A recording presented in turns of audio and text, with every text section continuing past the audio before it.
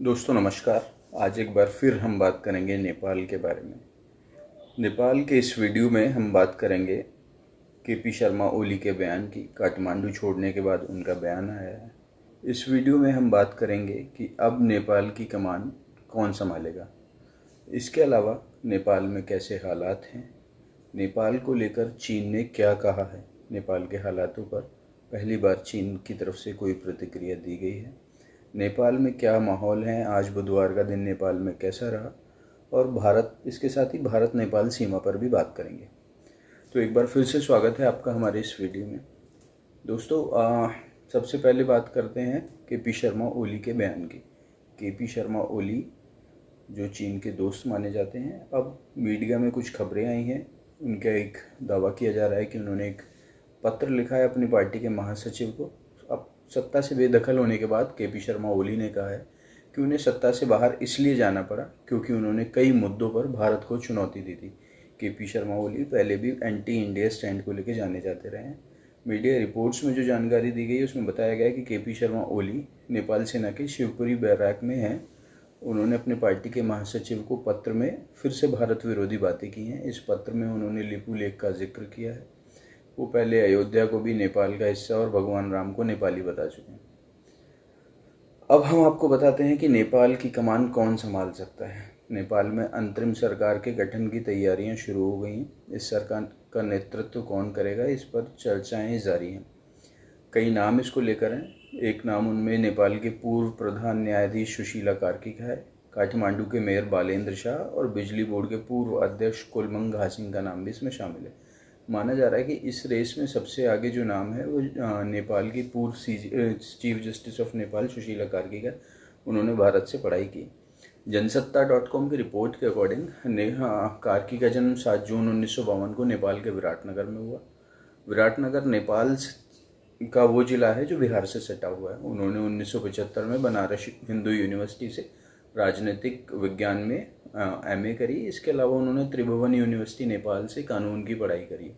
वे साल 2016 से साल 2017 तक नेपाल की चीफ जस्टिस रही। अब माना जा रहा है कि नेपाल की कमान वो संभाल सकती हैं, वो इसके लिए तैयार भी हैं। अब आपको बताते हैं नेपाल के दोस्त चीन ने क्या प्रतिक्रिया दी।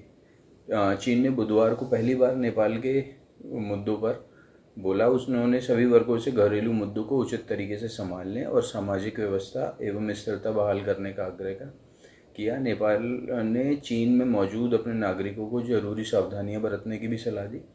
चीनी विदेश मंत्रालय के प्रवक्ता लिन जियान ने प्रेस वार्ता में पहली बार नेपाल के हालातों पर कोई टिप्पणी की। उन्होंने कहा कि नेपाल और चीन पारंपरिक रूप से मित्रवत पड़ोसी हैं। उन्होंने कहा, हमें उम्मीद है कि नेपाल के सभी वर्ग घरेलू मुद्दों को उचित ढंग से संभाल लेंगे, सामाजिक व्यवस्था और क्षेत्रीय स्थिरता को यथाशीघ्र बहाल करेंगे।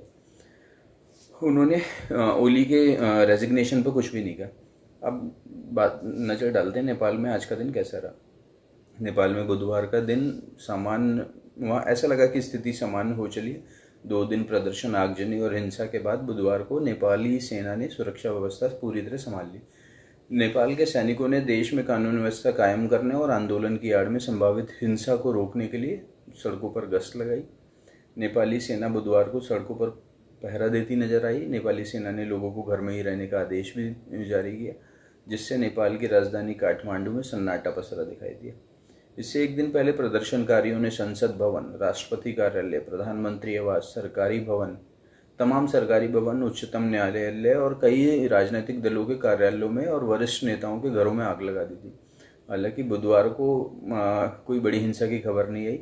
इस बीच काठमांडू स्थित त्रिभुवन इंटरनेशनल एयरपोर्ट पर उड़ान सेवाएं शुरू कर दी गई। शाम के समय ये खबर आई कि उड़ान सेवाएं शुरू कर दी गई हैं। कल ये उड़ान सेवाएं रोक दी गई थी। भारत की कुछ एयरलाइंस कंपनी ने भी अपनी उड़ानें रद्द करने की बात की थी। हालांकि नेपाल से जो चिंताजनक खबर ये आई कि वहाँ के कई जेलों में आज सुरक्षा कर्मियों के साथ कैदियों की झड़प हुई, जिसमें 5 किशोर कैदियों की मौत की खबर आई। इसके अलावा कई जेलों में अक्रॉस नेपाल लगभग 7,000 कैदी भाग गए। नेपाल से जो खबरें आई उनमें यह कहा गया कि कैदियों ने विरोध प्रदर्शनों का फायदा उठाया और जेल से भागने की कोशिश की। आइए आपको बताते हैं भारत और नेपाल सीमा पर हालात कैसे हैं। भारत और नेपाल सीमा पर नेपाल में जब से ये पूरा आंदोलन शुरू हुआ तब से ही चौकसी बढ़ा दी गई और सीमा सुरक्षा बल और लोकल पुलिस, उत्तराखंड साइड को उत्तराखंड पुलिस, यूपी में यूपी पुलिस और उधर बिहार और बंगाल सिक्किम पुलिस एसएसबी के साथ पेट्रोलिंग कर रही है। आज इस तरीके की खबरें भी आई। न्यूज़ एजेंसी एएनआई ने एसएसबी के हवाले से एक खबर दी कि 5 कैदी जो नेपाल से भागकर भारत आने की फिराक में थे, उन्हें एसएसबी ने गिरफ्तार कर लिया। इसके अलावा बॉर्डर पे लोगों की मूवमेंट रोक दी गई। इस वजह से बहुत सारे लोग नेपाल नहीं जा पाए और नेपाल वाले तो नेपाल में तो कर्फ्यू जैसे हालात थे, तो उधर से इंडिया जो लोग आना भी चाह रहे थे वो नहीं आ पाए। द इंडियन एक्सप्रेस की एक खबर में एक बड़ा ही मार्मिक एंगल आया है। एक बच्ची जो नेपाल से ट्यूशन पढ़ने के लिए इंडिया आई थी, उसे वो वापस नहीं जा पाई, उसे बेचारी को रोक दिया गया। खैर, ये छोटे मोटे मसले हैं सीमा पर, वो जल्द सुलझ जाएंगे। नेपाल से जुड़ी और भी वीडियोज़ हम आपके पास लेकर आएंगे, तो उसके लिए जुड़े रहिए हमारे साथ। धन्यवाद।